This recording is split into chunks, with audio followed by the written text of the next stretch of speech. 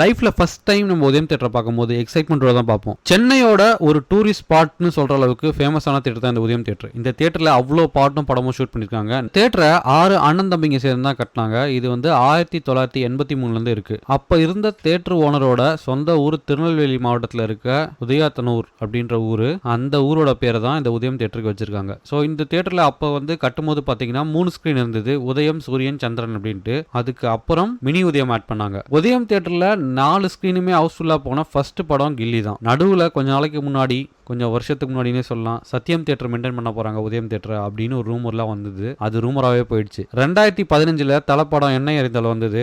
அப்போ வரும்போது தலை படத்தை உதயம் தியேட்டர் ரிலீஸ் பண்ணா பாம் வச்சிருவோம் அப்படின்னு சொல்லிட்டு லெட்டர்லாம் வந்து உதயம் தியேட்டருக்கு கூட இந்த தியேட்டர்ல வந்து படம் பார்த்திருக்கேன். எனக்கும் வந்து பழைய ஞாபகம்லாம் இருக்கு. உங்களுக்கும் அதே மாதிரி இந்த தியேட்டர்ல நிறைய பழைய ஞாபகங்கள்லாம் இருக்கும் அப்படின்னு நினைக்கிறேன்.